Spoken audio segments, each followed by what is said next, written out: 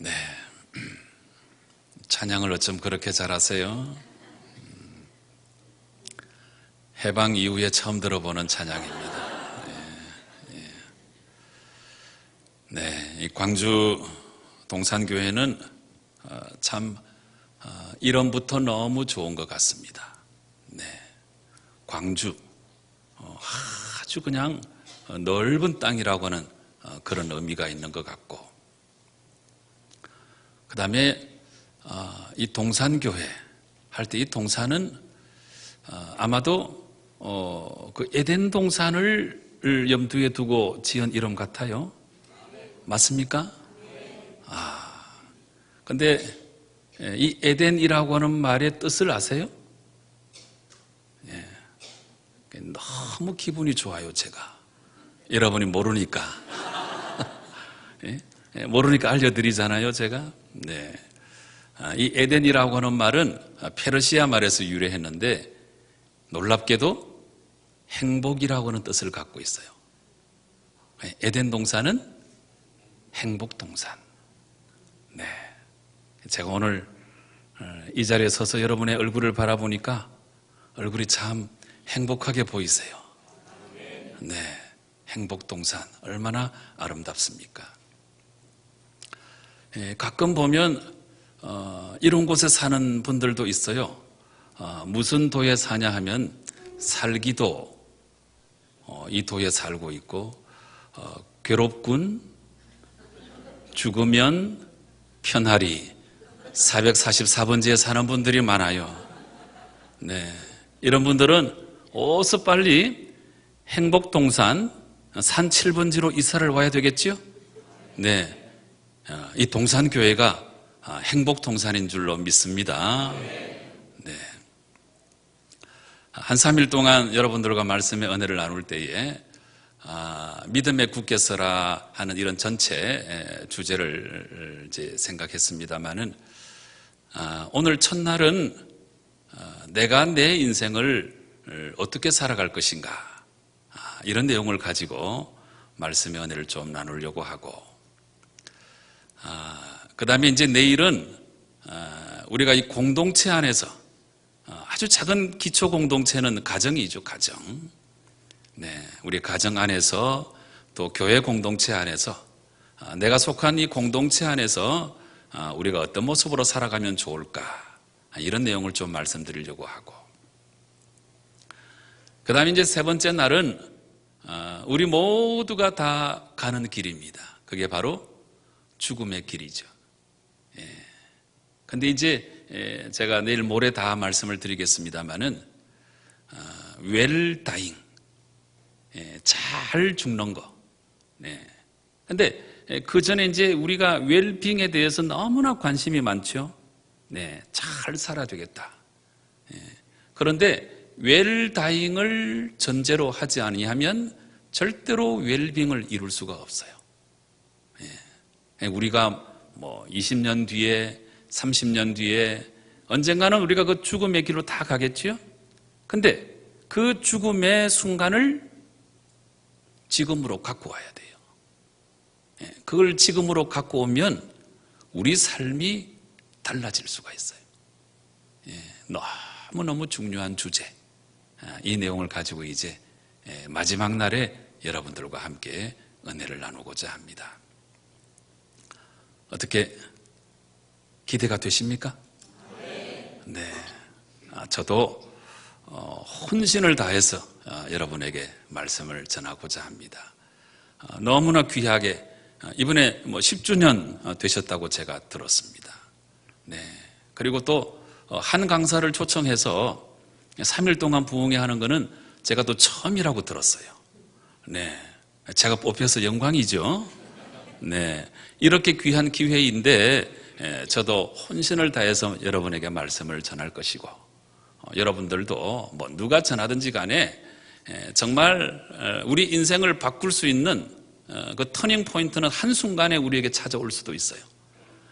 그래서 이번 이 부흥성회를 통해서 여러분의 삶이 달라지고 여러분의 가정이 달라지고 여러분의 교회가 새로워지는 아름다운 역사가 있게 되기를 주님 이름으로 축원합니다.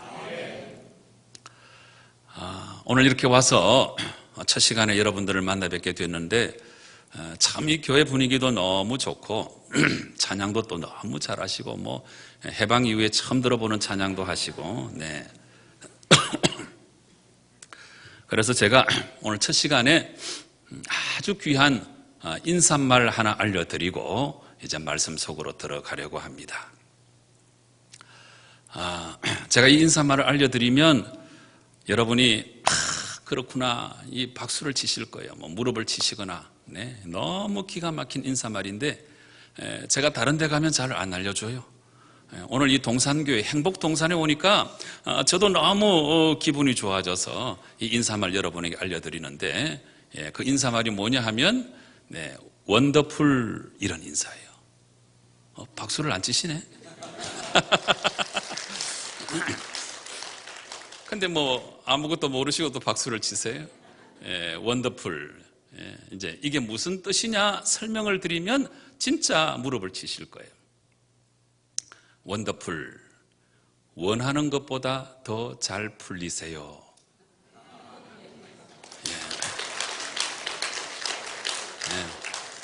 괜찮아요? 원하는 것보다 더 잘 풀리세요. 얼마나 좋습니까? 인생을 살아가면서 애쓰고 눈물 흘리고 붙잡고 탄식하고 그래도 잘 안 되는 사람이 있는데 원하는 것보다 더 잘 풀리니까 이게 얼마나 큰 복입니까?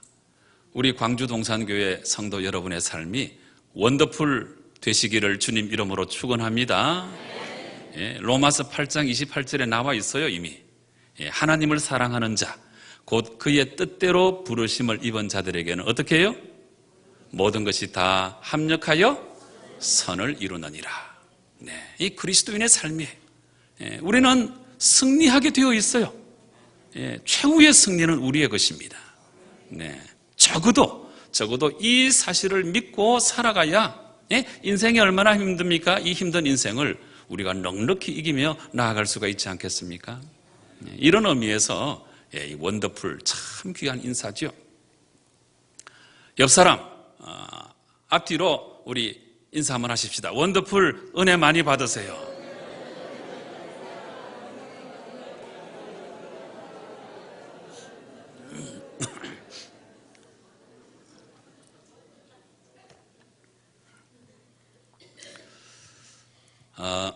제가 너무나 좋아하는 정신분석학자 한 분이 계시는데 평생 사람들을 만나서 치유하고 책도 많이 쓰고 연구 결과물도 많이 내신 칼 메닝거 박사라고 하는 분이 계세요.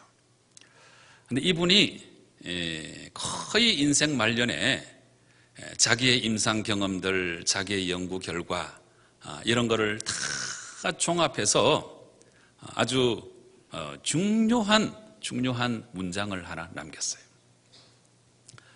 그 문장이 뭐냐 하면 Attitude is more important than facts. 너무나 평범한 단어들이고 어려울 게 하나도 없는 그런 문장이죠. Attitude, 태도 is more important. 보다 더 중요하다. than facts, 사실보다. 태도는 사실보다 중요하다. 너무 중요한 문장을 남긴 거예요. 여러분, 태도가 사실보다 중요하다 하는 이 말의 의미가 뭘까요? 먼저 사실, 맨 끝에 있는 이 사실이 뭐냐 하면 돈이 많으냐 적으냐, 공부를 많이 했냐 적게 했냐, 집안이 훌륭하냐 평범한 집안이냐, 얼굴이 잘생겼느냐 못생겼느냐, 뭡니까? 우리가 살아가는 분명한 삶의 상황이죠. 상황. 팩트예요. 팩트. 근데 이런 것들보다 훨씬 더 중요한 것이 내가 내 삶에 임하는 나의 태도라고 하는 거예요. 태도. 태도는 뭐냐? 태도는 긍정적이냐 부정적이냐, 낙천적이냐 비관적이냐, 멀리도 내다볼 줄 아는 원시한적이냐 눈앞에만 바라보는 근시한 적이냐, 신앙적이냐 불신앙적이냐, 이런 것들이 이제 태도예요. 그런데 인생을 살아가는 데 있어서 이 태도가 사실보다 훨씬 더 중요하다는 거예요. 근데 실제로 이 사실에 있어서 태어날 때부터 금수저로 태어나고, 태어날 때부터 건물주로 태어나고, 요새 조물주보다 더 높은 분이 건물주라고 그러대요. 근데 이런 분이 있는데, 이런 분이 삶의 태도가 잘못돼서 그 아름다운 조건들 다 놓쳐버리고 패가망신하고 실패한 인생을 살아가는 사람들 얼마든지 있어요. 얼마든지.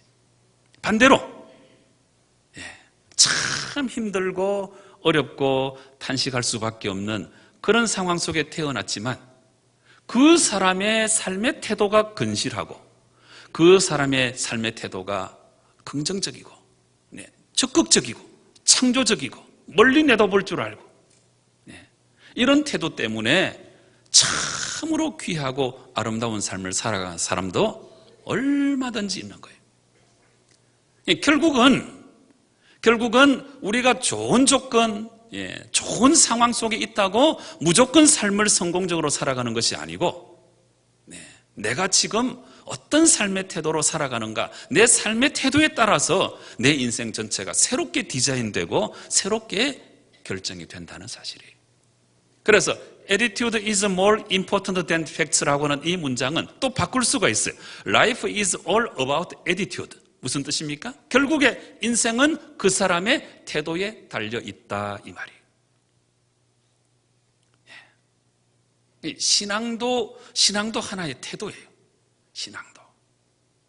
그래서 오늘 본문의 말씀을 보시면 정말 이 말씀을 통해서 우리 인생의 태도가 얼마나 중요한가 하는 것을 이제 우리가 알 수 있어요. 이스라엘 백성들이 애굽 땅에서 신음하고 고통 중에 있을 때에 하나님께서 그들 가운데 임재해 주셔서 이제 해방시켜 주셨죠. 이걸 가리켜서 우리가 출애굽이라고 부르고 있습니다. 이 출애굽은 전적인 하나님의 은혜이죠. 그래서 내 백성이 고통당하는 것을 보시고 하나님께서 이 이스라엘 백성을 출애굽시켜 주셨습니다. 너무 급하니까 일단은 구원해 내시는 거예요. 일단은 구원해 내셔서 그 다음에 하나님께서 이 이스라엘 백성을 재촉하셔서 시내산에 도착하게 만드세요. 출애굽한 다음에 시내산에 가기까지 딱 2달 걸려요. 2달. 근데 이때는 우선 급하니까 구원해 낸 다음에 이제 시내산에 가기 전까지 2달 걸렸는데, 이때는 이스라엘 백성이 불순종하고 엉뚱한 길로 가고 말도 잘 듣지 않고 실수하고 그래도 하나님이 대부분 다 이제 용서를 해주세요. 그 다음에 이제 시내산에 딱 도착을 했어요. 그래서 이 시내산에 도착을 해서는 하나님께서 이스라엘 백성들과 계약을 체결하세요. 하나님이 뭐가 답답해서 계약을 체결하시겠어요? 인간과. 그런데 하나님께서 참으로 이스라엘 백성을 사랑해 주셔서 나는 이제부터 너희들의 하나님이 되고 너희는 내 백성이 될 것이다. 이 시내산 계약의 내용에는 많은 내용이 있는데 가장 중요한 핵심은 이 관계의 형성이에요. 관계. 나는 너희들의 하나님이 되겠다. 너희는 내 백성이다. 그래서 이제 너희가 하나님의 백성이 됐으니까 하나님의 백성답게 살라고 주신 게 계명이에요. 그렇죠. 계명 잘 지킨다고 구원받는 게 아니고 구원은 이미 주신 거예요. 출애굽 사건이 구원이죠. 이거 구원이고 이미 너무 급하니까 하나님 구원해 내시고 이제 시내산에 도착하게 하셔서 그 시내산의 백성들을 불러 모시고 하나님이 계약을 체결해 주시는데 이제 너희들은 내 백성이다. 이제 내 백성답게 살라고 하는 의미로 주신 게 율법이고 계명인 거예요. 그 다음에 하나님과의 관계 속에서 우리가 늘 연약하고 실수하고 죄를 짓고 하니까 우리가 죄를 지을 때마다 하나님께서 우리를 용서해 주시는 방법을 제시해 주셨어요. 이게 바로 제사예요. 제사. 레위기 말씀 읽으면 다 제사, 5제사 7절기가 나오는데 여러분 이 말씀 읽으면 막 졸리고 그렇죠. 번제는 어떻게 드리고 화목제는 어떻게 드리고 졸립잖아요. 근데 이게 졸린 말씀이 아니고 이스라엘 백성이 이 말씀을 읽으면 눈물이 뚝뚝 떨어져요. 우리와 같은 죄인들을 하나님께서 용서하시려고 이런 아름다운 제사를 허락해 주셨구나. 하나님과의 관계를 새롭게 하는 그런 제사, 얼마나 귀한 일인지 몰라요. 그리고 하나님께서 이제 내가 온 세상 가운데 내가 있지만 너희들 가운데 내가 있겠다 하는 의미로 성막을 지어주신 거예요. 성막은 다름이 아니고 하나님 임재의 상징이에요. 그래서 시내산에 이제 딱 1년 있었어요. 1년에 있는 동안에 율법을 주시고, 그 다음에 성막을 지어주시고 제사법을 알려주시고 하나님과의 관계를 새롭게 한 거죠. 그러고 나서 1년 만에 출발하는 거예요. 바란 광야로 들어갔어요. 바란 광야 몇 곳을 거쳤다가 이제 이스라엘 최남단 가데스 바니아라고 하는 곳에 이르게 됐어요. 이 가데스 바니아에 도착해서는 모세가 이제 가나안 땅을 점령해야 되니까 그 땅이 어떤 땅인지 한 지파에 한 사람씩 정탐꾼을 뽑았어요. 그래서 12명의 정탐꾼을 선발해서 가나안 땅에 들여보낸 거예요. 이 가나안 땅에 들여보내서 그 땅은 어떤지, 나무는 얼마나 많은지, 그들이 사는 곳은 텐트인지 산성인지, 그 어떤 사람들이 살고 있는지 이런 것들을 이제 40일 동안 땅을 다 탐지하고 돌아오게 만든 거예요. 그래서 이제 이 12명의 정탐꾼이 이제 가나안 땅에 들어갔습니다. 40일 동안 땅을 다 탐지했어요. 이 12명의 정탐꾼 가운데 여호수아와 갈렙이라고 하는 사람도 이제 포함되어 있었어요. 그래서 40일 동안 땅을 다 탐지하고 돌아와서는 이제 이 12명의 정탐꾼이 보고를 하는 거예요. 와, 그 땅에 들어갔더니 과연 그 땅은 젖과 꿀이 흐르는 땅입니다. 그 정구로 에스골 골짜기에서 포도송이를 하나 꺾어 왔는데 혼자 멜 수가 없어가지고 두 사람이 막대기에 꿰어가지고 어깨에 메고 나왔어요. 이걸 보십시오. 과연 이 땅은 젖과 꿀이 흐르는 땅입니다. 아주 그 땅에 대한 찬사를 늘어놓았어요. 그런데 딱 거기까지였어요. 긍정적인 보고는 딱 거기까지. 그 다음 순간부터 여호수아와 갈렙을 제외한 10명의 정탐꾼들이 그 땅을 악평하며 말하기 시작했어요. 그 땅에 올라갔더니 과연 젖과 꿀이 흐르는 땅이긴 하지만 그 땅은 이미 가나안 족속들이 다 차지하고 있고 거기서 아낙 자손을 보았는데 이 아낙 자손은 아주 기골이 장대한 자들이고 아마 그 사람들이 보기에 우리는 메뚜기와 같았을 것입니다. 우리 스스로 생각해봐도 그 사람들에게 비해보면 우리는 메뚜기와 같고 그 사람들이 우리를 보았을 때에도 아마 우리는 메뚜기 같았을 것입니다. 이런 보고를 해요. 여러분, 이 생각을 가리켜서 메뚜기 의식이라고 그래요. 메뚜기 의식. 자기 자신을 메뚜기라고 생각하는 거예요. 자기 자신을 메뚜기라고 생각하는 사람이 어떻게 아름다운 삶을 살아갈 수 있겠습니까? 근데 이 메뚜기 의식을 가진 사람들이 그 땅을 악평하며 이렇게 보고를 하자 백성들 가운데 난리가 난 거예요. 그러고 나서는 이 메뚜기 의식을 가진 사람들의 보고를 듣고서는 부정적인 생각이 마음속에 가득 차올라서 밤새도록 통곡하며 우리가 정말 이제 이 광야에 와서 줄여 죽는구나. 그러면서 아주 밤새도록 곡을 하고 고함을 지르며 지금 이 상황이 너무나 잘못되어 간다고 부정적인 생각들을 막 쏟아놓기 시작했어요. 그런 중에 여호수아와 갈렙이 앞장서서 여러분 하나님을 그렇게 대하지 마시기 바랍니다. 하나님은 능력의 하나님이시고 우리가 올라가서 하나님이 도와주시면 능히 그 땅을 취할 수가 있습니다. 하나님을 거역하지 마시기 바랍니다. 그들은 우리의 밥입니다. 우리의 먹입니다. 능히 우리는 올라가서 그 땅을 취할 수 있습니다. 아무리 믿음에 찬 보고를 해도 이 백성들이 돌아서질 않았어요. 그래서 모세를 폐해버리고 다른 한 지도자를 세워가지고 우리가 차라리 애굽으로 돌아갑시다. 고래고래 고함을 질렀어요. 여러분 이게 뭡니까? 출애굽한 것이 이게 얼마나 놀라운 은혜인데요. 종되었던 땅에서 살다가 노예로 살다가 출애굽했는데 다시 노예 생활로 돌아가자는 거예요. 얼마나 부정적인 의식입니까? 여러분, 이 의식은 바로 노예 의식이에요. 노예 의식. 네. 10명의 정탐꾼은 메뚜기 의식을 가졌고, 그 다음에 이스라엘 백성들은 그 메뚜기 의식을 가진 사람들의 보고를 듣고서는 노예 의식 가운데 빠진 거예요. 차라리 돌아가자는 거예요. 여러분, 이스라엘 백성이 걸어갔던 이 광야길은 오늘날 우리가 걸어가는 인생길하고 똑같습니다. 지금 제가 이제 심호하고 있는 우리 구미교회는 금요 집회 때마다 이 광야길에 있었던 내용을 하나하나 살펴보면서 말씀의 은혜를 나누고 있는데 너무나 놀라워요. 이스라엘 백성이 걸어갔던 이 광야길은 지금 우리가 걸어가고 있는 이 인생길하고 똑같습니다. 그런데 그 인생길에 서서 이스라엘 백성들은 메뚜기 의식으로 가득 차 있고, 그 다음에 노예 의식으로 가득 차 있는 거예요. 이런 사람들이 어떻게 창조적이고 아름답고 귀한 삶을 살아갈 수가 있겠습니까? 하나님께서 이들을 전염병으로 쓸어버리고 작정하셨어요. 내가 이 백성에게 베푼 기적이 얼마인데 여전히 나를 믿지 못하는 이 불신의 백성들, 내가 다 쓸어버리고 내가 다른 새로운 민족을 세우겠다. 하나님이 그렇게 말씀하셨어요.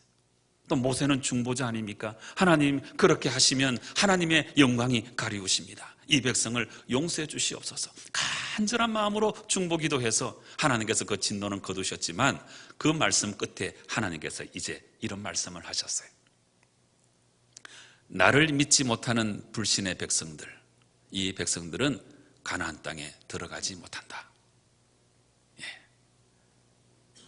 여호수아와 갈렙을 제외하고 10명의 정탐꾼을 포함해서 나를 믿지 못하는 백성, 내가 아무리 기적을 베풀어도 나를 믿지 못하는 이 불신의 백성들은 한 사람도, 이 출애굽 제1세대는 한 사람도 가나안 땅에 못 들어간다. 가나안 땅을 탐지한 40일, 이 40일을 하루하루를 1년으로 환산을 해서 앞으로 40년 동안 이 광야에서 유리방황하다가 나를 믿지 못하는 이 불신의 백성 출애굽 제1세대는 다 광야에서 죽게 될 것이다. 결과적으로 하나님 말씀처럼 그렇게 되고 말았습니다. 그래서 40년 동안 유리방황하다가 출애굽 제1세대는 다 죽고, 이제 40년이 지난 다음에 출애굽 제1.5세대, 출애굽 제2세대 요단강 동편 모압 평지에서 모세의 세 편의 설교를 듣고 요단강을 건너서 가나안 땅에 들어가게 되는 거죠. 여러분, 오늘 이 이야기는 우리에게 참으로 중요한 내용을 알려주고 있습니다. 여러분, 진실로 우리가 우리 인생을 살아가는 것은 이스라엘 백성이 광야길을 걸었던 그 모습과 똑같은 것인데, 우리도 모든 인생길을 참으로 성공적인 모습으로 살아가고 마지막에는 하나님 나라에 들어가야 되지 않겠습니까? 지금 우리가 어떻게 사는가, 우리의 모든 삶의 순간순간이 다 차곡차곡 쌓여서 우리가 하나님 나라에 들어가는 것 아니겠습니까? 이 세상에서 뭐 떵떵거리며 살고 부자로 살고 인기가 뭐 출중하고 권세가 아무리 높아도 하나님 나라에 들어가지 못하면 최후의 실패자인 거지요. 그러나 여러분, 우리가 우리 인생을 잘 살아간 다음에 하나님 나라에 들어가면 최후의 승리자인 거예요. 예수 믿는 거는 뭐 천국 가기 위해서 예수 믿으면 안 되고 이 세상에서 그리스도인의 삶이 참 아름다워야 된다, 웃기는 소리 하지 말라고 하세요. 그거는 복음 아니에요. 원세계 복음은 예수 믿고 천국 가는 게 원세계 복음이에요. 이 세상을 살아가는 동안에도 하나님 말씀 따라 우리가 잘 살아갔다가 마지막에 이스라엘 백성이 가나안 땅에 들어가듯이 우리도 천국에 들어가는 것이, 이게 우리가 예수 믿는 목적이고 이게 원세계 복음이고 하나님의 교회가 이 땅 위에 서 있는 목적이고 이유인 거예요. 자, 그러면 여러분, 오늘 우리 모두는 다 성공적인 인생을 살고 싶어 하는데 누구에게나 다 성공적인 인생을 살고 싶어 하는 소망이 있지. 그런데 여러분, 우리가 똑똑히 기억해야 되는 것은 누구나 다 이런 소망을 갖고 있지만 누구나 다 성공적인 삶은 살아가지 못해요. 무슨 차이일까요? 그것은 내가 내 인생에 가지고 있는 내 인생의 태도, 그런 차이가 있다는 거예요. 긍정적이냐 부정적이냐, 바로 이런 생각의 차이가 결국 우리 모든 인생의 그 질의 내용을 결정하는 거예요. 여러분, 이 태도라고 하는 것은 이 그릇하고 똑같습니다. 이 그릇을 한번 보세요. 이 그릇을 만약에 이렇게 엎어놨다고 생각해 보세요. 그러면 하나님께서 은혜와 축복과 각종 귀하고 아름다운 것들을 하늘에서 폭포수와 같이 쏟아 부어주신다고 해도 이 그릇이 엎어져 있으면 이 그릇 속에는 아무것도 담기지 않는 거예요. 너무나 자명한 사실이죠. 근데 이 그릇이 열려 있어야 하나님의 그 은혜와 복을 우리가 우리 인생의 그릇에 담게 되는 거지. 어떤 사람은 또 이렇게 비스듬하게 기울어져 있어요. 그러면 요 끝에 모서리만 조금 담기겠지. 엎어져 있는 거는 이거는 부정적인 삶의 태도예요. 그리고 바르게 펴져 있다고 할지라도 이렇게 기울어져 있는 거는 이거는 불평을 많이 하는 삶의 태도예요. 이 그릇이 반듯하게 열려 있을 때 하나님이 허락하시는 각종 귀하고 아름다운 복을 우리가 다 받아 누릴 수가 있게 되는 것입니다. 이 태도가 중요해요. 태도가 사실보다 너무너무 중요한 거죠. 그래서 우리가 이 인생의 태도를 정말 아름다운 모습으로 바꾸어야 하는 것입니다. 여러분, 사람은 다 다르죠. 남자와 여자도 너무너무 다른 거예요. 책 제목도 이런 제목이 있잖아요. 화성에서 온 남자, 금성에서 온 여자. 다른 별에서 왔다는 거예요. 남자와 여자는 그렇게 다른데 그 중에 정말 이해할 수 없는 것 7가지가 있다고 그래요. 남자가 여자와 다른 점. 먼저 성장 속도를 가지고 생각해 보면 여자는 17세에 이미 다 성장한다고 그래요. 근데 남자는 37세에도 오락과 만화에 빠져 있답니다. 목욕탕 갈 때도 차이가 많이 난다고 그래요. 남자가 필요한 거는 딱 6가지밖에 없대요. 칫솔, 치약, 그 다음에 면도기, 면도크림, 비누, 수건, 이 6가지밖에 없대요. 근데 여자가 목욕탕에 갈 때 필요한 거는 37가지라고 그래요. 남자는 아무것도 그런 걸 모른다고 그러죠. 외출할 때도 보면 남자는 나갈 준비가 됐다고 그러면 진짜 나갈 준비가 됐다는 거예요. 근데 여자는 나갈 준비가 됐다고 그러면 세수하기, 화장하기, 옷 고르기 이런 것들을 제외한 나머지가 다 끝났다는 이야기. 친구랑 식당에 갔다가 계산할 때 보면 남자끼리 식사를 하고는 어느 남자들이 먼저 지갑을 꺼낸다고 그러지. 그런데 여자끼리 식사를 하고 나면 서로 계산기부터 꺼낸대요. 거울을 보는 일에 있어서도 너무나 차이가 납니다. 남자는 우연히 거울 앞을 지나치게 되면 그냥 한번 자기 모습을 비춰보는 거예요. 어딜 갔는데 거울이 있으면 내가 저기 있구나 이렇게 한번 비춰보는 거예요. 근데 여자분들은 반짝이는 모든 것 앞에 자기 모습을 비춰본다는 거예요. 심지어 밥 먹다가 숟가락에도 자기를 비춰본다는 거죠. 조금 정도가 더 심한 사람은 길을 가다가 어떤 아저씨가 지나가는데 아저씨 앞에서 또 자기를 비춰본대요. 그 아저씨가 대물이야. 길 물어볼 때도 차이가 난다고 하지요. 여자는 방향을 모르면 대부분의 주유소를 찾아가서 물어본다고 합니다. 남자는 잘 안 물어봐요. 헤매다가 기름이 다 떨어질 때까지 헤매다가 주유소 가서 물어본대요. 집에서 화초를 기를 때도 여자가 매일 화초에 물을 주면 이 화초가 잘 자라난다고 그러지. 근데 남자가 물을 주면 화초가 죽는데요. 죽는 이유는 아무도 모른답니다. 남자, 여자는 이렇게 차이가 나는 거예요.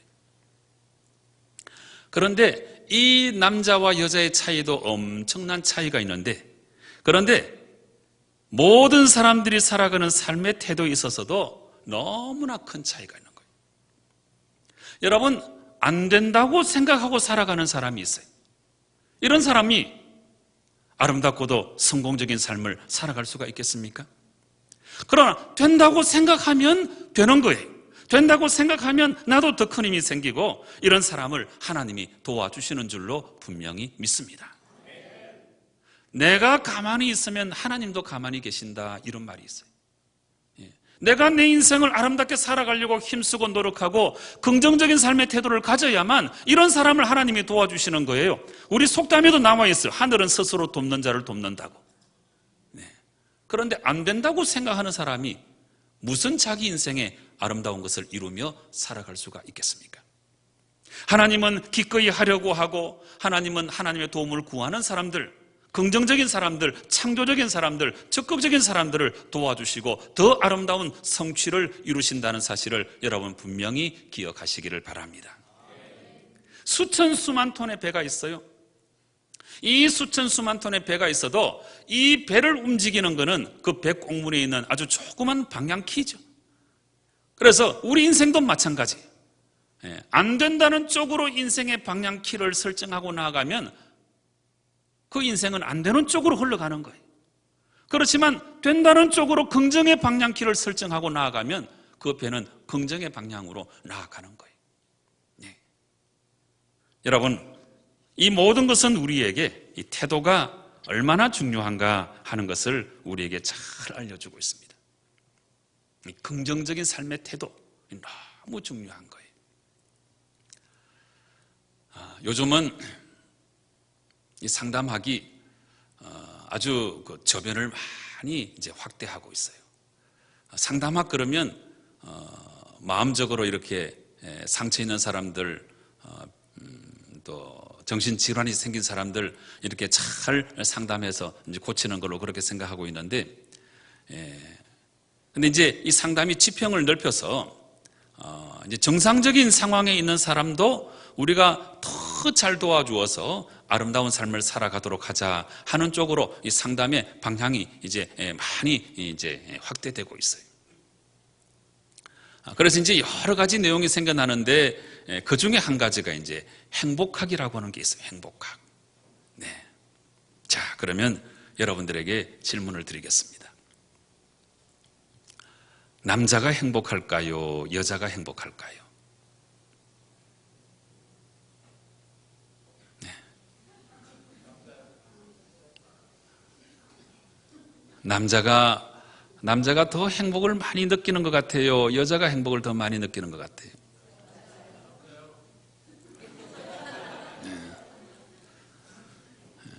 그런데 이제 행복학 학자들이 연구를 많이 해봤더니 이게 비슷하게 나왔어요. 별 차이가 없는 거예요. 네. 두 번째 질문.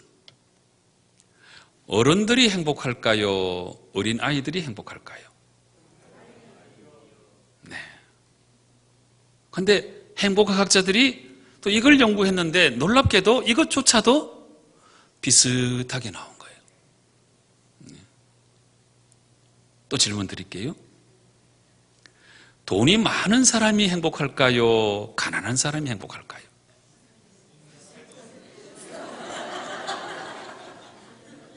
눈치는 빨라가지고. 네.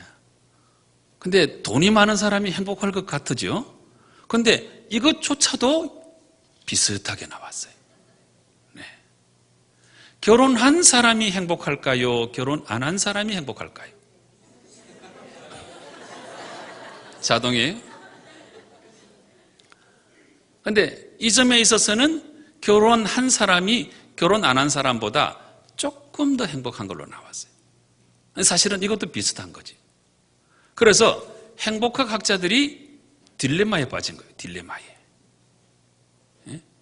아니 이래가지고는 뭐 연구를 못하겠다는 거예요. 다 비슷하게 나오니까.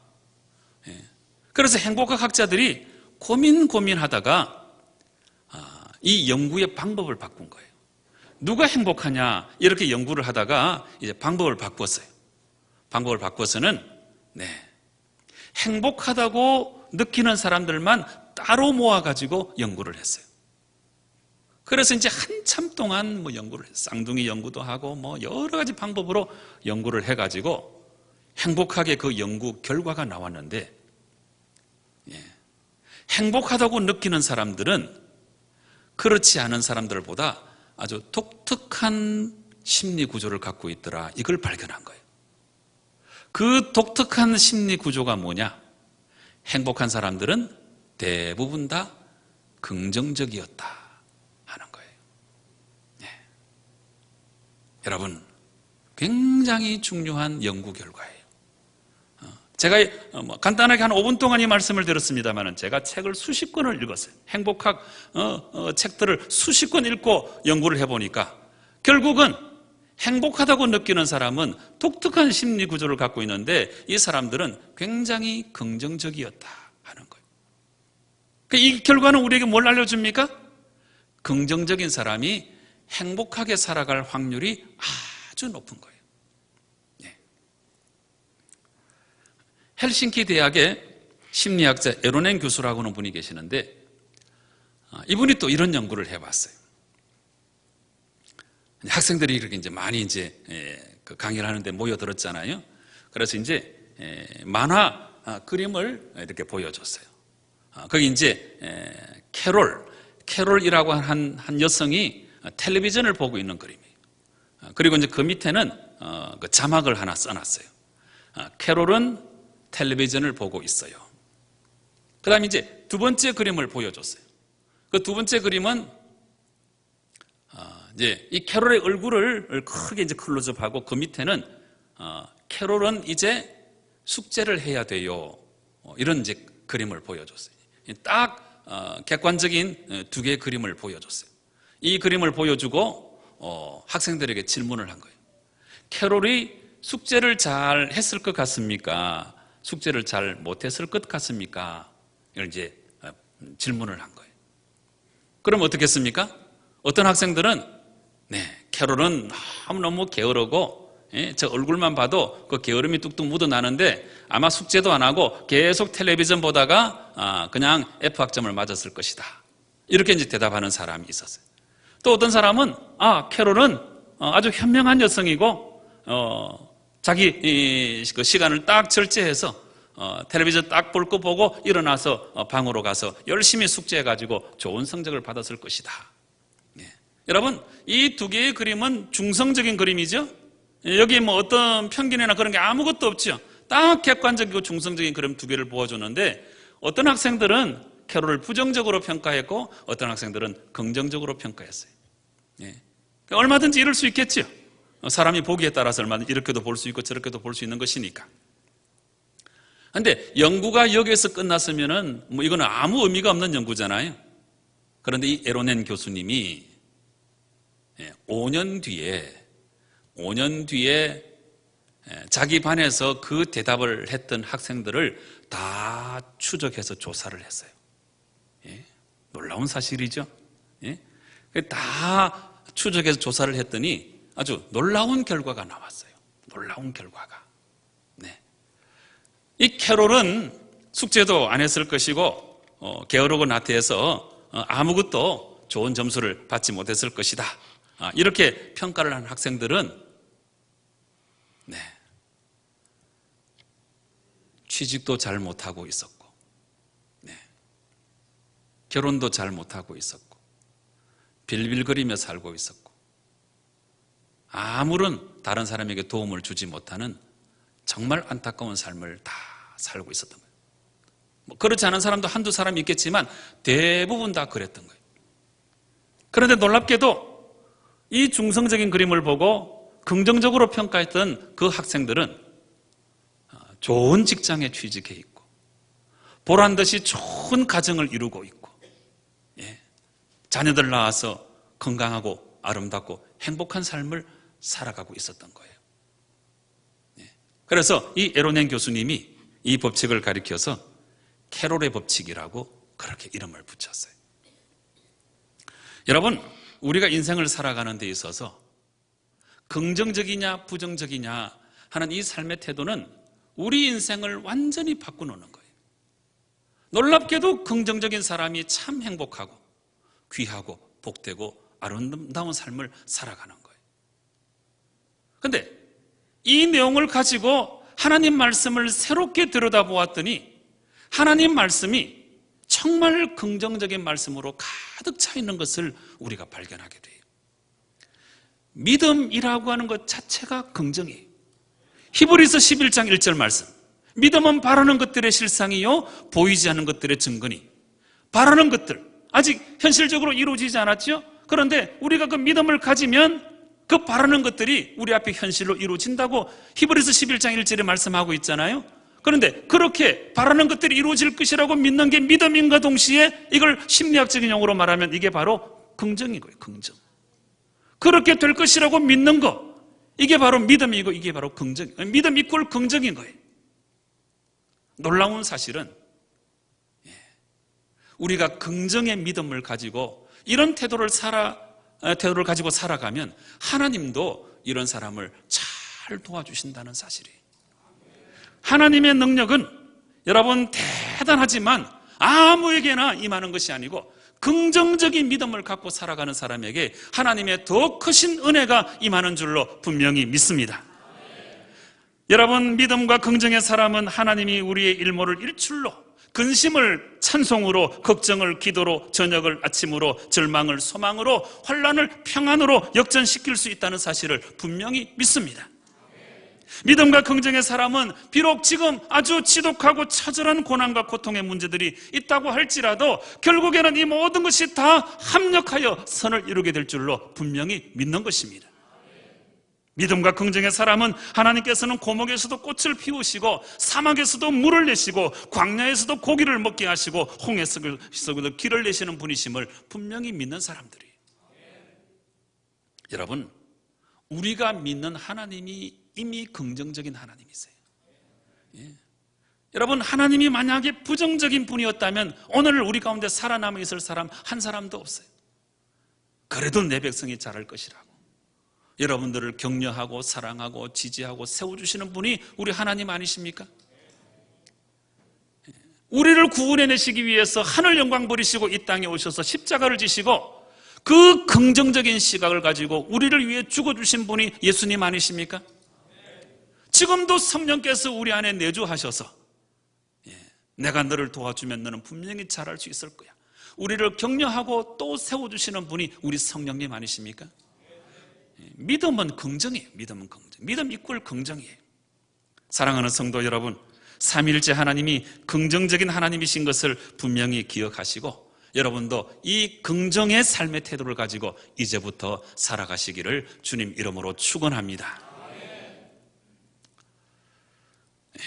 우리 교회 공동체도 그렇고 우리 가정 공동체, 아주 기초적인 공동체죠. 이런 공동체 안에서도 여러분이 여러분 자신의 인생뿐만 아니고 공동체 안에서도 이 긍정의 태도를 갖고 살아가는 이게 너무너무 중요해요. 네. 여러분, 앞으로 여러분의 가정 안에서 또 여러분의 교회, 이 아름다운 동산교회 안에서 제가 이 말씀을 꼭 전해드리고 싶어요. 지금부터는 바른 말 하지 마시고 좋은 말을 하시기 바랍니다. 네. 여기 이쪽 집이 있어요. 여기 집 보이죠? 네. 이 집에 아이가 마룻바닥에서 막 뛰어놀다가 엄마가 너무나 아끼던 접시를 깨뜨리고 말았어요. 엄마가 뛰쳐나오면서 아까운 그릇 깨버렸네. 아빠가 뛰쳐나오면서 이놈아 너는 눈도 없냐? 할머니가 뛰쳐나오면서 집안이 왜 이렇게 시끄러우냐? 이 아이가 문을 꽝 닫고 밖으로 나갔어요. 이 아이는 앞으로 비행 청소년이 될 확률이 아주 높아요. 그 다음에 이 집 똑같은 상황이 벌어졌어요. 아이가 뛰어다니다가 접시를 깨뜨렸어요. 엄마가 뛰쳐나오면서 애야 다치지 않았니? 너무 아프겠다. 아빠가 뛰쳐나오면서 아이고 우리 아들 너무너무 아파서 어떡하지? 할머니가 뛰쳐나오면서 할머니가 집안에서 할 일도 없는데 내가 그 접시를 치웠어야 되는데 안 치워가지고 네가 다쳤구나. 이 아이는 접시를 깨뜨리고도 행복한 거예요. 자, 질문. 이 집이 잘 되겠어요? 이 집이 잘 되겠어요? 네? 네? 이 집이요? 네. 너무나 자명하죠?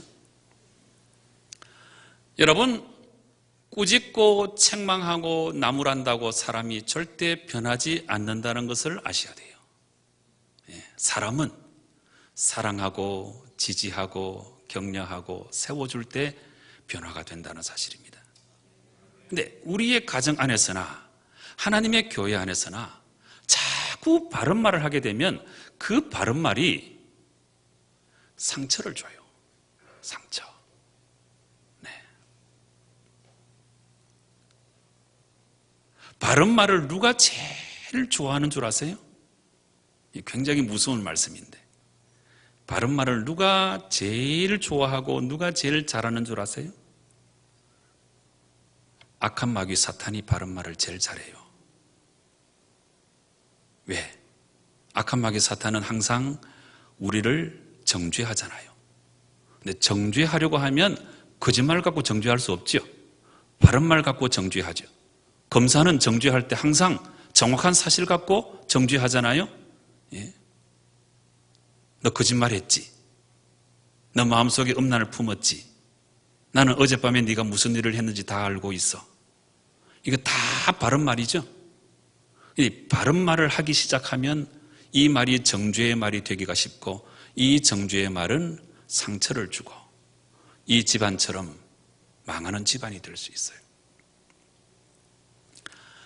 하나님은 우리에게 바른 말을 하시지만 대부분 다 하나님은 우리에게 좋은 말을 하세요.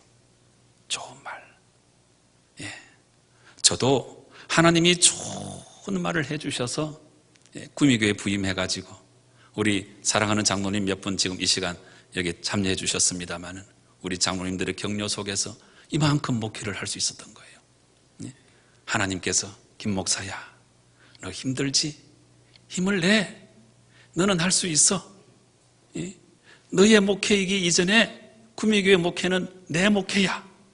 내가 책임져 줄 것이야. 너는 하기만 하면 돼. 내가 있다는 것을 잊지를 마라. 그 하나님의 사랑 어린 그 좋은 말을 듣고 저도 힘을 내고 또 힘을 내고, 그래서 오늘 여기까지 달려온 거예요. 하나님이 우리에게 좋은 말을 해주시는데 그 좋은 말을 듣고서 우리가 이만큼 살고 있는 것이 아니겠습니까? 이제부터 이 교회 공동체 안에서, 여러분의 가정 안에서 바른 말 하지 말고 정말 바른 말 해야 될 때가 있으면 기도 많이 하시고 그 상대방이 상처받지 않도록 좋은 말 다 골라가지고 사랑의 마음으로 하면 그거는 또 무조건 바른 말이 아니고 좋은 말이 되는 거예요. 그렇게 하시고 평상시에는 다 좋은 말을 하세요. 좋은 말. 좋은 말 할 때 좋은 말 하세요.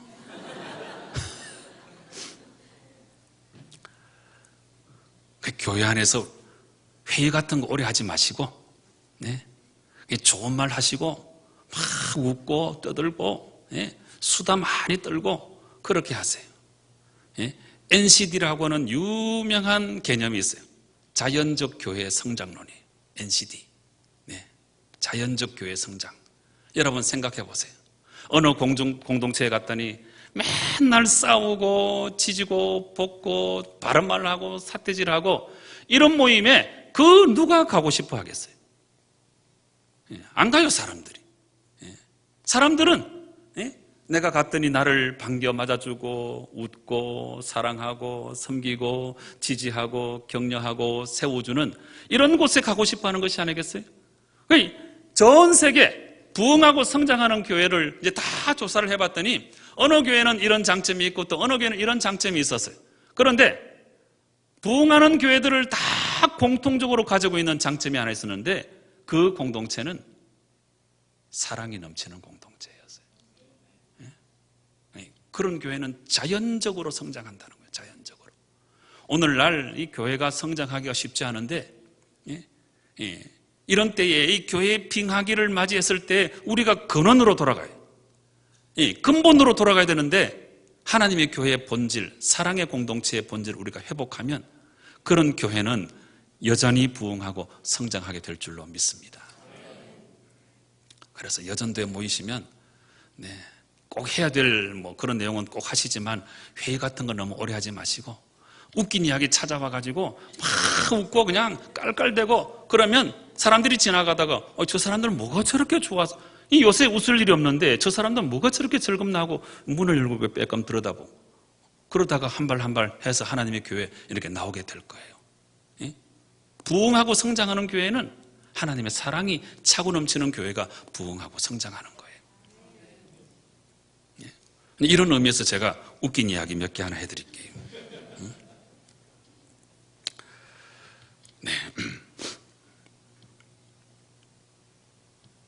어떤 할머니가 택시를 탔는데 한참 이제 목적지까지 가서 10,000원이 나왔어요. 10,000원. 근데 10,000원이 나왔는데 이 할머니가 7,000원만 주고 내리는 거예요. 택시 기사가 아니 할머니 여기 미특이 보세요. 10,000원 나왔잖아요. 10,000원. 그랬더니 그 할머니가 뭐라고 그랬게요?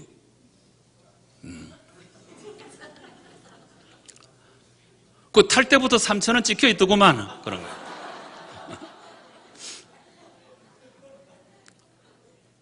또 다른 할머니가 또 택시를 탔는데,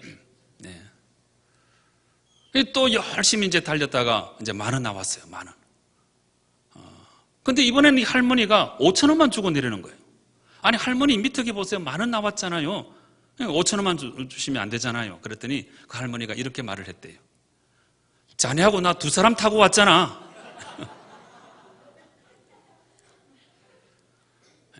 저 시골 사는 할머니가 서울에 사는 우리 아들네 이제 방문을 하려고 참기름을 볶아가지고 바리바리 싸들고 이제 서울역에 내렸어요. 밤에 내렸는데 택시를 타려고 하는데 택시 잡기가 너무 힘든 거잖아요. 근데 보니까 옆에 어떤 사람이 손을 이렇게 하고 이렇게 소리를 지르니까 택시가 와서 딱 서는 걸 보고 저렇게 하면 되구나 그런 생각을 하고서는 딱 폼을 잡고서는 딱 손가락을 3개를 내고는 따따불 그랬어요. 그랬더니 택시가 한 대 와가지고 딱 서는 거예요. 택시를 탔어요. 그러고 나서 이제 목적지까지 잘 갔죠. 그래서 이제 30,000원이 나왔어요. 30,000원 택시비가. 근데 할머니가 이제 10,000원만 주고 내리는 거예요. 할머니 30,000원 나왔잖아요. 30,000원. 그때 할머니가 뭐라고 이야기했는가 하면 이복의 젊은이 나이 먹어서 말도 못 더듬나 그랬어요. 말 더듬어 가지고 따따불 그랬다는 거예요.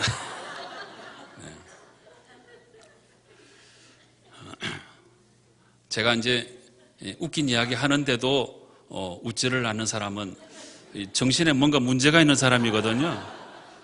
오늘 부흥회 마친 다음에 저한테 와가지고 상담을 좀 받고 가셔야 돼요. 웃긴 이야기 하면 웃어야 돼요. 저기 서울 강남의 부잣집 마나님들은 기분이 꿀꿀하면 병원에 가가지고 엔돌핀 주사를 맞는데요. 엔돌핀 주사. 제가 전에 듣기로는 엔돌핀 주사 한 대에 100만 원이 넘는다고 그러죠. 근데 우리가 열심히 웃으면 한 서너 번만 박장대소하면 엔돌핀 1cc 정도는 우리 몸에서 나와요. 우리 아멘하는 권사님 복 받으실 거예요. 아마 지금까지 제가 말씀드린 게 조금 강도가 약해가지고 안 웃으시는 것 같은데 제가 한 가지만 더 할게요. 윗마을 목사님이 아랫마을 목사님 찾아가서 이제 말을 빌리러 왔어요. 이제 말을 빌리러 왔는데 이 아랫마을 목사님이 이 말을 훈련해 놓기를 할렐루야 그러면 이 말이 막 달리고 아멘 그러면 딱 서게 만들어 놨어요. 훈련을 그렇게 한 거예요. 목사님 댁에 있는 말이라 훈련도 그렇게 시켜놓은 거예요. 그 설명을 다 듣고 이제 윗마을 목사님이 그 말을 빌려 타고 할렐루야 그랬더니 막 달리는 거예요. 신나게 달리는 거예요. 너무너무 이제 신나게 달리는데 달리다 보니까 저 앞에 이제 절벽이 있는 거예요. 절벽이. 이제 혼비백산한 거죠. 계속 달리면 금이 떨어지잖아요. 그래서 이제 스톱! 그는 안 서는 거예요. 와! 그래도 안 서는 거예요. 이 말을 멈추는 방법을 잊어버린 거예요. 이 목사님이. 목사가 급하니까 하나님께 막 기도한 거예요. 하나님 제발 저를 좀 살려주세요. 예수님 이름으로 기도드립니다. 아멘 했더니 딱 서는 거예요, 여기. 예, 아멘 그랬더니 딱 서는 거예요. 이 목사님이 너무나 기뻐가지고 할렐루야 그랬대요.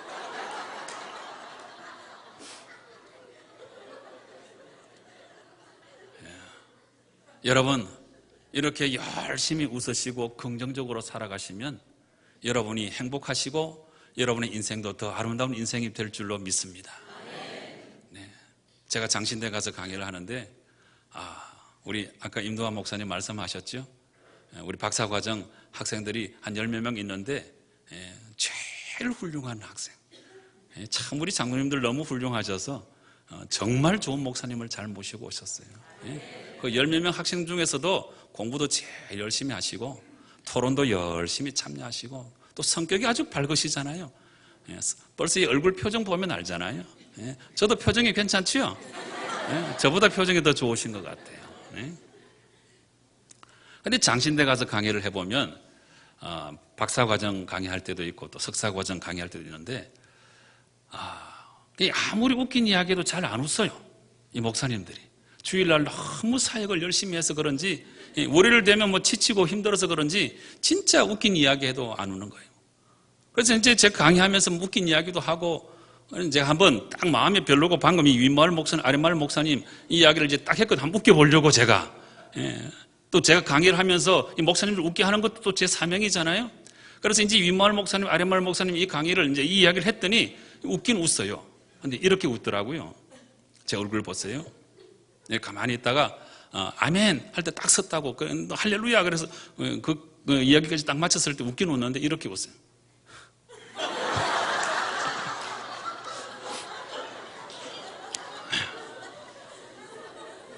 이걸 뭐라고 그래요? 이걸 썩소. 썩소. 네. 근데 이제 제가 어느 학기는 여성 지도자들 모아놓은 그 반에 가서 이제 강의를 해요. 근데 대한민국 40대 여자 제일 잘 웃어요. 네. 제가 이제 상담학 공부했지만 상담학하고 타나톨로지라고 하는 학문이 있어요.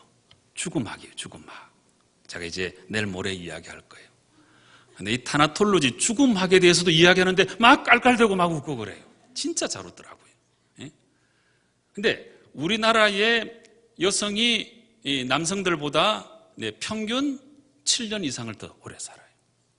여러 가지 이유가 있겠지만 여러분 우리가 잘 웃으면 정말 건강해져요. 우선 이 신체적으로 우리 피곤하면 이렇게 마사지 하잖아요. 마사지. 근데 우리 내장, 우리 속내장 마사지 어떻게 할래요? 배를 갈라요? 네. 근데 이 내장 마사지가 우리가 열심히 웃으면 내장 마사지가 이루어지는 거예요. 우리 허파 속에 남아있는 나쁜 공기가 우리가 웃을 때 다 배출되는 거예요. 또 우리가 웃으면 이 면역 체계가 아주 상승하는 거예요. 웃기만 해도 우리가 건강해질 확률이 아주 높아요. 제가 웃긴 이야기 해가지고 한번 크게 웃잖아요? 그러면 이게 노적기 3분에 해당되는 운동량이 되는 거예요. 한 2, 3분 동안 열심히 웃으면 100m 전력 질주한 거하고 똑같은 운동이에요. 너무너무 유익한 거예요. 그래서 이제 이렇게 유익함에도 불구하고 우리 대한민국 사람들 잘 안 웃어요. 버스 타고 가다가 밑에서 저 버스 기다리는 사람들 얼굴 한번 보세요. 뭔 일로 그렇게 화가 나 있는지 잘 안 웃어요. 이 어린 아이들은 하루에 600번을 웃는데 600번. 근데 어른들은 하루에 6번밖에 안 웃는데요. 그 중에 비웃는 게 3번이에요.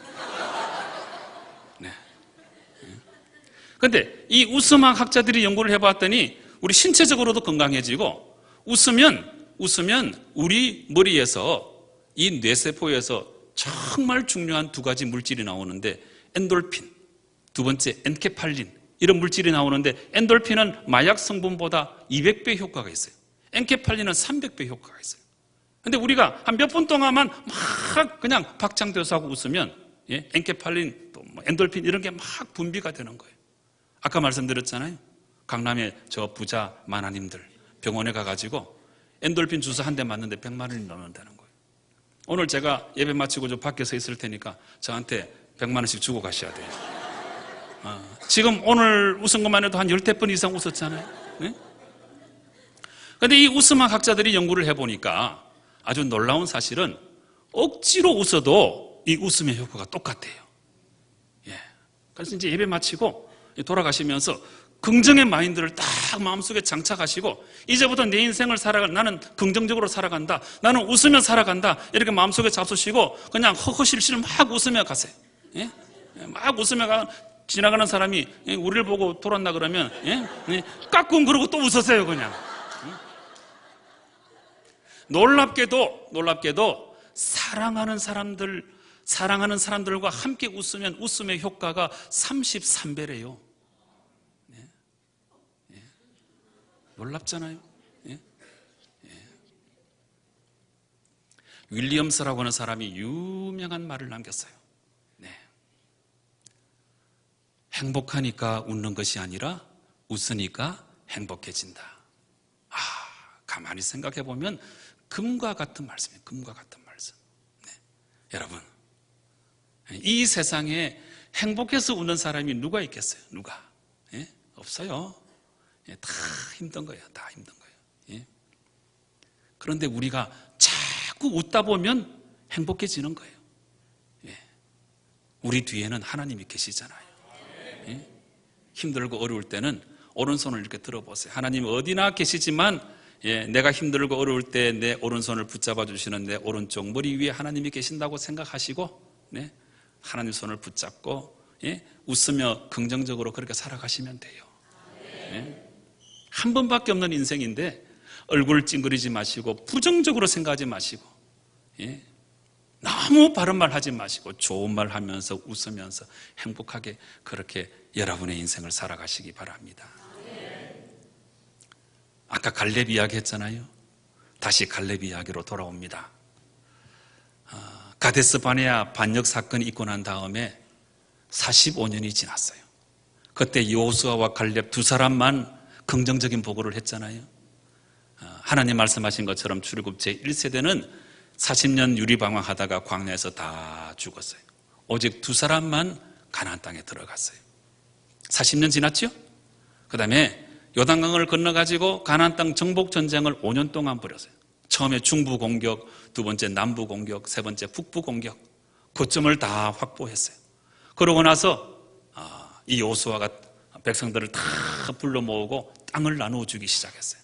이제 거점은 다 정복했으니까 지파별로 전쟁하는 게 더 효과적이라고 생각하고, 또 한 가지, 여호수아가 살아있을 때 이 권위를 가지고 땅을 분배해야 서로 싸움이 없겠다 생각을 하고서는 여호수아 이제 죽기 전에 땅을 다 분배해 준 거예요. 바로 그 땅의 분배 현장에 나에게도 땅을 주시오 이렇게 소리치며 나오는 한 분이 계셨어요. 백성들이 다 돌아보았겠죠. 누구였을까요? 갈렙 할아버지. 백발이 성성한 갈렙이 나에게도 땅을 달라 그러는 거예요. 근데 갈렙이 땅을 달라고 하면 무슨 땅이든지 줄 수밖에 없잖아요. 원로 중에 원로잖아요. 이스라엘 백성이 지금 여기까지 오게 됐는데 큰 공을 세우던 사람이 갈렙이잖아요. 그러니까 이 갈렙이 어떤 땅이든지 금싸라기 땅, 가장 좋은 땅이라도 달라고 했으면 주었을 거예요. 그런데 놀랍게도 갈렙이 달라고 한 땅은, 여러분 똑똑히 잘 들으세요, 아직도 정복하지 못한 땅을 달라고 한 거예요. 와, 대단해요. 85세 모든 사람들이 이제 자기 인생을 정리할 그 나이에 다시 한번 거룩한 비전을 불태우는 갈렙의 이 긍정의 마음을 보세요. 정말 대단하지 않습니까? 그것도 아직도 정복하지 못한 땅, 그 땅을 내가 정복해서 하나님께 영광 올려드리겠다고 85세가 된 갈렙이 거룩한 비전을 불태우는 이 긍정의 마음을 보세요. 여러분, 갈렙은 넘버 2죠. 넘버 1은 누구예요?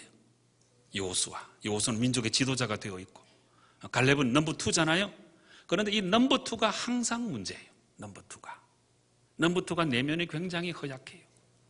학교 한반에서 공부할 때도 굉장히 부정적이고 비관적이고 그런 애들은 다 넘부터 넘버쓰리예요. 좀 심한 경우에 성적 때문에 옥상에 올라가서 뛰어내리고 자살하는 애들은 대부분 다 넘부터 넘버쓰리예요. 꼴찌는 절대로 자살 안 해. 넘버2는 넘버1만 항상 생각하기 때문에 항상 부정적이고 항상 열등의식, 경쟁의식을 갖고 살아가는 거죠. 그런데 이 넘버2의 연약한 내면을 다 극복해내고 갈렙은 요수아를 끝까지 잘 도와준 거예요. 저는 구약의 인물 가운데 제일 존경하는 사람이 갈렙이에요. 이렇게 살아야 되겠구나. 이렇게. 한 번밖에 없는 인생인데. 여러분, 인생은 연습이 없어요. 한 번 살면 끝이에요. 제가 이제 이 이야기는 내일 모레 다 할 거예요. 아주 구구절절히 이 이야기를 할 거예요. 한 번밖에 없는 이 귀한 인생을 살아가는데 부정적인 태도를 가지고 하나님의 은혜의 복도 받지 못하고 그냥 그렇게 살다가 그냥 그렇게 죽어가는 인생 얼마나 허무합니까? 인생이 2번이나 3번이나 반복이 되면 이렇게도 살아보고 저렇게도 살아보겠지만 한 번밖에 없어요. 이 귀한 인생을 살아가는데 우리 마음속에 꼭 장착해야 될 마음의 태도가 긍정의 마음이에요. 믿음이 긍정이에요. 믿음이 긍정. 병 낫는 것도 우리가 긍정의 믿음을 가지면 낫게 될 줄로 믿습니다. 어차피 우리 인생으로 살아가는 게 아니잖아요. 인생이 너무너무 힘들고 어려운데 내 힘만으로 살아갈 수 없는 인생인데 내가 긍정적인 마음을 가지고 내가 해보려고 하고 내가 기도하고 내가 애쓰고 그런 태도로 살아가는 사람을 하나님이 더 큰 복을 주시지 않겠어요? 믿음 자체가 긍정이에요. 믿음 자체가. 이 부정적인 의식은 이제부터 여러분 인생에 다 감추시고 버려버리시고 가정에서도 교회 안에서도 긍정의 모습으로 살아가면 이런 사람이 참 행복하고 이런 공동체가 복을 받고 이런 인생이 진짜 하나님 앞에서 복된 인생이 되는 줄로 분명히 믿습니다. 갈렙의 이야기를 평생에 이제 마음에 기억하세요. 그리고 이 문장 하나 꼭 기억해 두세요. Attitude is more important than facts. 태도가 사실보다 중요하다. 여러분의 이제 인생의 태도를 새롭게 하시기 바랍니다. 부정적인 태도 버리시고 불평, 불만, 이거는 결국은 하나님을 불신하는 데서 나오는 거예요. 이런 것들을 다 버리시고 정말 긍정의 마음을 가지시고 웃을 줄 알고 나 자신에 대해서도 웃을 줄 알고 다른 사람도 웃을 줄 알고 아름다운 공동체를 이루고 이렇게 복되게 살아가시는 우리 동산교회 성도 여러분 꼭 되시기를 주님 이름으로 축원합니다.